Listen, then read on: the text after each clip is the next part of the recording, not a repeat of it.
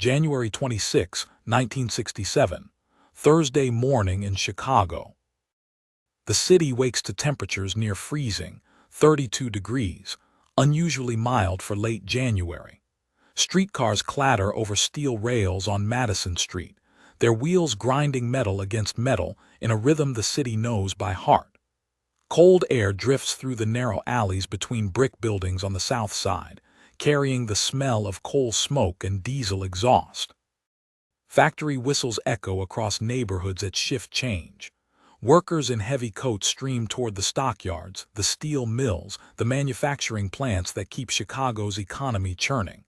Downtown, commuters crowd the elevated train platforms, bundled in wool overcoats and scarves, briefcases in hand. The morning feels ordinary. Cold, yes, but manageable. Lake Michigan lies calm along the eastern edge of the city. The water stretches pale gray under overcast skies, quiet, without the violent waves that hammer the breakwaters in true winter storms. Ice forms in thin sheets along the shore, but nothing suggests danger. Then something shifts. A warm front moves in from the southwest, unseasonable, unexpected. By mid-morning, temperatures climb into the upper 30s. Some Chicagoans unbutton their coats. Others wonder if winter might be easing early this year. The Weather Bureau forecasts light snow, perhaps an inch or two. Nothing unusual for Chicago in January. But the barometric pressure begins to drop. Meteorologists at the Weather Bureau office on South Ashland Avenue watch their instruments with growing unease. The pressure falls faster than expected, a sign of intensifying low-pressure systems. Cold air masses from Canada begin to collide with the warm, humid air now sitting over the city. The conditions are assembling themselves into something larger.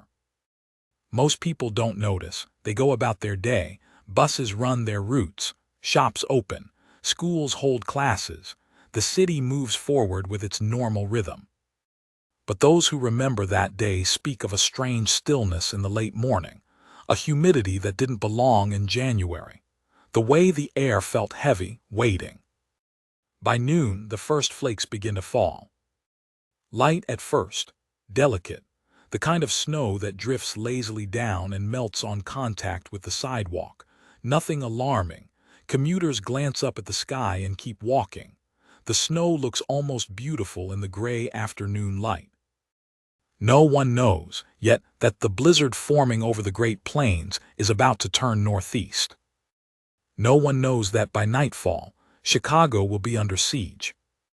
In 1967, the infrastructure for weather forecasting and emergency response in the Midwest was decades behind what we have today. Chicago had no Doppler radar, no computerized weather models, no emergency broadcast system capable of reaching every household instantly. The Weather Bureau relied on surface observations, upper-air balloon data, and reports phoned in from observers scattered across the region. Forecasts were educated guesses based on limited information. When meteorologists predicted light flurries on the morning of January 26, they were working with incomplete data. The storm system moving northeast from Kansas intensified far more rapidly than anyone anticipated. By the time forecasters realized the severity, the blizzard was already descending on the city. Chicago's snow removal equipment was equally unprepared. The city owned approximately 150 snowplows in 1967, far too few for a city of over 3 million people spread across 228 square miles.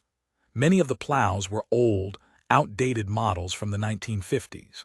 The city's fleet of salt spreaders was limited. There was no coordinated emergency response plan for a storm of major proportions. This wasn't negligence. Chicago simply hadn't experienced a blizzard of this magnitude in recent memory. The last comparable storm had struck in 1918, nearly 50 years earlier. Civic planning reflected the storms the city had experienced in recent decades, not the rare, catastrophic event now approaching. Most Chicagoans went about their Thursday, expecting a normal winter day. By early afternoon, the snow was falling harder. Visibility began to drop. Wind speeds increased. What had started as light flurries transformed into heavy snowfall driven by gusts reaching 30 to 40 miles per hour. Still, many people believed it would pass quickly. Evening rush hour approached. Workers left their offices and factories. Buses filled with passengers. Thousands of cars entered the expressways. The elevated trains ran their usual schedules. No citywide alert had been issued. No mass transit shutdown. No recommendation to stay home. By 4 p.m., the snowfall was so heavy that drivers could barely see beyond their windshields. The temperature dropped. Wind speeds intensified. Snowdrifts began forming across roadways. And then the city began to stop. His name was William Clark, and he drove the number 49 Western Avenue bus. Clark had been driving buses for the Chicago Transit Authority for 11 years. He knew every stop on his route, every pothole, every intersection where passengers tended to pull the cord. Thursday, January 26, started like any other shift. By 5 p.m., conditions had deteriorated rapidly.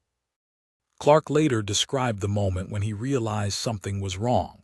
He was heading south on Western Avenue, snow pounding against the windshield, wipers struggling to keep up. The street ahead disappeared into white. He could barely see the taillights of the car in front of him. Then traffic stopped moving entirely. Cars sat motionless in the middle of the street, buried under accumulating snow. Drivers abandoned their vehicles and tried to walk to safety. Clark's bus carried 47 passengers, men and women heading home from work, bundled in coats, growing increasingly anxious as the snow piled higher. He couldn't move forward. He couldn't turn around. The bus was stuck. Clark kept the engine running to maintain heat. The passengers sat quietly at first, watching snow bury the windows. Some tried to make phone calls from nearby businesses, but many phone lines were already down. The wind howled around the bus, shaking it with each gust. Visibility dropped to a few meters. Clark could no longer see the buildings on either side of Western Avenue. The city had vanished into white. Hours passed. By 8 p.m., snowdrifts reached the bus windows. The engine continued running, but fuel wouldn't last forever. Clark and the passengers rationed the heat, turning it down to conserve gas. People huddled together. Some shared food from their lunch bags. Strangers spoke to each other in low voices, trying to stay calm. Outside, the storm raged with a ferocity that stunned even those who'd lived through Chicago winters their entire lives. The wind screamed around corners, tearing down power lines, snapping tree branches. Snow didn't just fall, it flew sideways, driven by gusts that would later be measured at over 50 miles per hour. Clark remembered the sound most vividly, not the wind itself, but the way it seemed to strip all other noise away. No car horns, no sirens, no voices, just the relentless roar of wind and the hiss of snow against metal.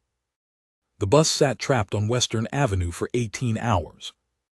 When rescuers finally reached them Friday afternoon, the passengers had to be dug out. Snowdrifts had buried the bus up to its roof in some places.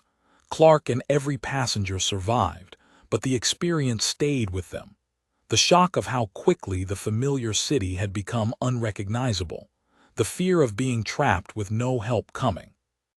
Multiply that experience across thousands of locations throughout Chicago, and you begin to understand what happened that night.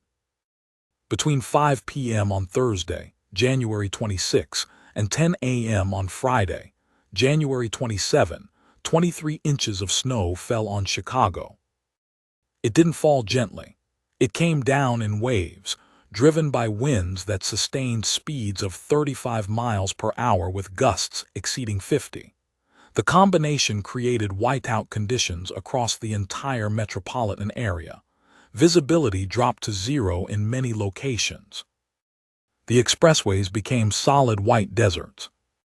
The Dan Ryan, the Kennedy, the Eisenhower, all ground to a halt within the first 2 hours of heavy snow. Thousands of cars sat abandoned, buried under drifts. Drivers who tried to continue found their vehicles stuck within minutes. Those who attempted to walk to safety struggled through waist-deep snow, blinded by wind, disoriented in the whiteout. 50-mile-per-hour winds created snowdrifts that reached 6 to 10 feet in open areas. Streets became impassable canyons of white. Entire blocks disappeared under snow. Chicago Transit Authority buses stopped running. The city's 150 snowplows deployed immediately, but they were overwhelmed within hours. Plows became stuck. Equipment broke down. Drivers couldn't see well enough to navigate safely. Salt spreaders emptied their loads and couldn't refill. Supply trucks couldn't move through the paralyzed streets. The elevated train system, Chicago's famous L, struggled to continue.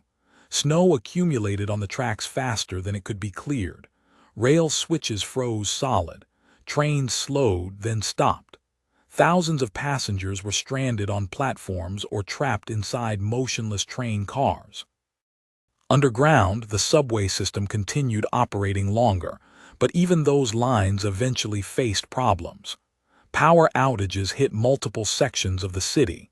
Signal systems failed. Communication between stations broke down. By midnight Thursday, Chicago's public transportation system had effectively ceased to function. The failure wasn't due to incompetence. It was a matter of scale. The equipment available in 1967 couldn't handle this volume of snow falling this rapidly. Snowplows designed for clearing a few inches struggled with drifts measured in feet. The city's road salt supply, adequate for normal winters, ran dangerously low within the first 12 hours. Even if plows could move, they had nowhere to push the snow. The sheer volume overwhelmed normal removal procedures. Communication systems collapsed alongside transportation. Phone lines went down across multiple neighborhoods, snapped by wind and weighted with ice. Power lines failed. Thousands of homes and businesses lost electricity. In the days before cell phones, before the internet, these communication failures left neighborhoods completely isolated. Emergency services struggled to respond. Fire trucks couldn't reach fires. Ambulances couldn't reach patients. Police vehicles became stuck responding to calls. Firefighters in some neighborhoods had to dig out hydrants by hand, using shovels before they could fight fires, precious minutes lost while buildings burned. Hospitals filled with people suffering from heart attacks, many from overexertion shoveling snow. Others arrived with hypothermia, frostbite, injuries from falls on ice. Medical staff who'd finished their shifts couldn't leave. Those scheduled to begin new shifts couldn't arrive. Doctors and nurses worked double and triple shifts, sleeping in hospital break rooms between emergencies. Grocery stores ran out of bread, milk, and canned goods within hours as panicked residents bought whatever they could reach before the stores closed. Many stores couldn't receive deliveries. Trucks sat motionless on impassable highways. Friday morning brought sunlight, but not relief. The snow had stopped falling by 10 a.m., but the city remained paralyzed. Snowdrifts blocked doors. Cars sat buried. Streets were unrecognizable. The expressways looked like abandoned parking lots, thousands of vehicles sitting under white mounds. Chicago, America's second-largest city, industrial powerhouse of the Midwest, had been shut down completely. 26 people died during the blizzard. Some suffered heart attacks while shoveling snow. Others froze to death. Individuals caught outside when the storm hit who couldn't find shelter in time, who became disoriented in the whiteout, who collapsed from exhaustion and hypothermia in snowdrifts where they weren't found until the storm passed. Over 1,000 people were injured, broken bones from falls, frostbite, carbon monoxide poisoning from people running cars or generators in enclosed spaces trying to stay warm. Entire neighborhoods were cut off from the rest of the city. On the south side, Residents passed food through windows to neighbors whose doors were buried under 8-foot snowdrifts. Strangers sheltered strangers. Store owners who lived above their shops opened their doors to people trapped on the street, housing dozens through the night. Rescue efforts proceeded on foot. There was no other way. Emergency workers strapped on snowshoes or skis and made their way through the buried streets. Volunteers formed human chains to dig out those who needed medical attention. Firefighters carried equipment on their backs when trucks couldn't pass. The National Guard was mobilized Friday afternoon. Troops with military trucks and heavy equipment began clearing main arteries. But even with military assistance, it took days to restore basic access to major roads. The full scope of the catastrophe became clear as the sun rose Saturday morning. Snowdrifts towered higher than cars. Entire blocks looked like they'd been buried by an avalanche. The skyline stood sharp against blue sky, but below it the city lay silent, stunned, immobilized. No traffic moved.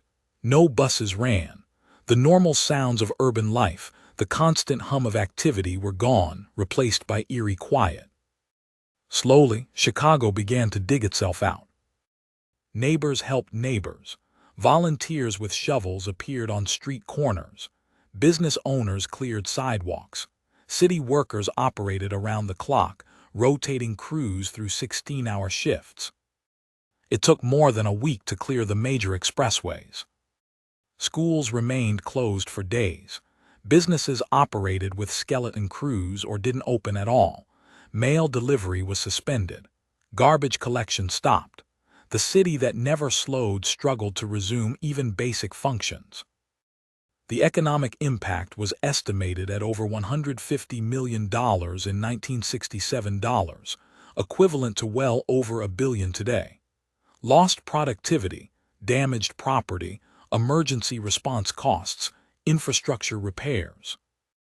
But the blizzard changed Chicago in ways that couldn't be measured in dollars. The city invested heavily in new snow removal equipment. The fleet of snowplows expanded significantly. Emergency response protocols were established for severe weather events. Coordination between city departments improved. The Weather Bureau upgraded forecasting capabilities and communication systems. Chicago had learned what many cities learn only through catastrophe. Infrastructure adequate for normal times fails when the rare, extreme event arrives. The survivors remembered. William Clark, the bus driver, continued his route on Western Avenue for another 20 years. He never forgot that Thursday night the passengers huddled together, the sound of wind tearing at the bus, the hours of waiting in the dark wondering if help would come. Thousands of others carried similar memories, the shock of how quickly safety disappeared, the isolation, the fear, the kindness of strangers. The 1967 blizzard didn't just bury Chicago in snow. It revealed vulnerabilities in systems everyone had assumed were reliable. It showed how fragile urban life becomes when weather turns extreme. And it left behind a lesson that remains relevant today. The storms we don't expect are often the ones that teach us the most.